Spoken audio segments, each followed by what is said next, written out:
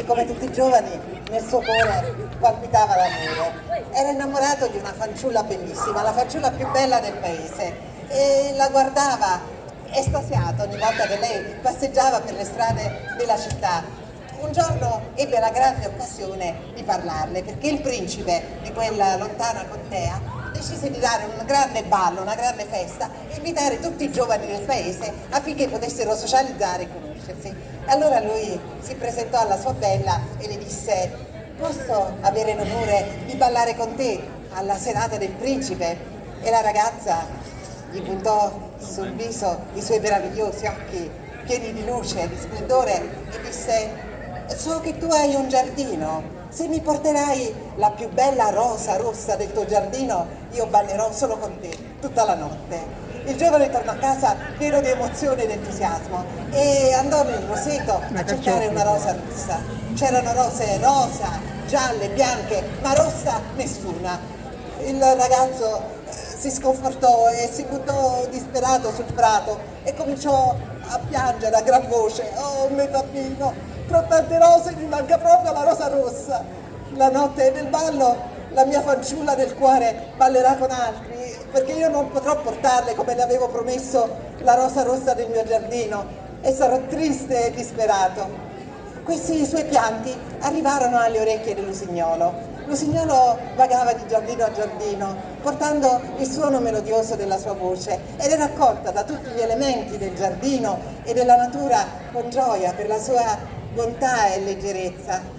Lusignolo era una persona molto romantica e, sentendo il ragazzo che piangeva, si dispiacque enormemente e voleva accontentare il suo sogno d'amore. Allora andò dallo spirito del roseto, perché gli animali e le piante riescono a parlare tra di loro. Esiste uno spirito che a noi umani non è dato sentire, e gli disse: ti prego, accontenta questo giovane, coroniamo questo sogno d'amore, diamogli una rosa rossa affinché egli possa ballare tutta la notte con la donna del suo cuore. Ma lo spirito del roseto fu molto severo, disse: purtroppo, come vedi, io non ho rose rosse, sono di altro colore, ma c'è una possibilità. Se tu canterai tutta la notte sotto la luna, avvinghiato a questo bocciolo bianco che domani fiorirà, questo bocciolo diventerà intriso del tuo sangue, si riempirà del tuo sangue se tu poni una spina della rosa nel tuo petto, e diventerà rosso. Lusignolo rimase un po' perplesso di questa proposta, disse: ma se io gli dessi tutto il mio sangue del mio cuore, poi che cosa rimarrà di me? Tu vivrai nella rosa, rispose lo spirito del roseto. Lusignolo era triste perché a lui piaceva vagare di fiore in fiore, di giardino in giardino, portando il suo canto, la sua melodia, però d'altra parte era l'unico modo per accontentare quel giovane a poter conquistare la sua bella, e così decise di sacrificarsi.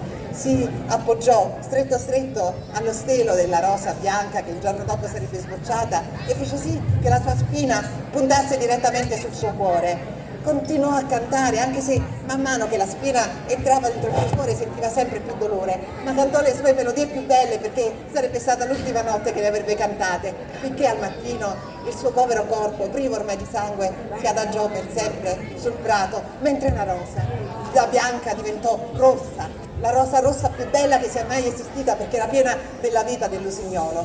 Quando il giovane, che tutta la notte non aveva dormito pensando alla sua sfortuna, perché quella sera non avrebbe potuto portare la rosa alla sua bella, aprì le imposte e vide quella rosa rossa, gridò al miracolo. La raccolse come si prende un neonato e la portò con cura in braccio, parlandole come si parla a un bambino, fino alla porta della sua amata.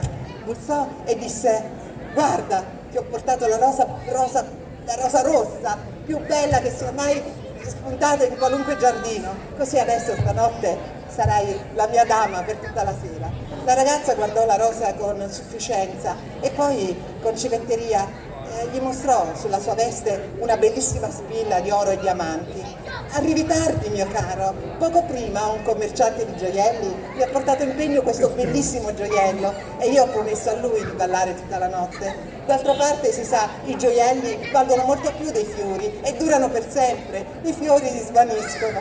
Mi dispiace, adesso scusami, mi devo preparare per la serata. Il giovane rimase completamente senza parole. Non crederò più all'amore. L'amore è soltanto un'illusione, è come questa rosa, un'inutile illusione, e la getto via. la rosa cadde sul selciato e proprio in quel momento passò una carrozza e le ruote della carrozza calpestarono i suoi petali e dai petali uscirono tantissime gocce di rugiada. Erano le lacrime di Dio per l'insensibilità degli uomini. Bravo! Bravo!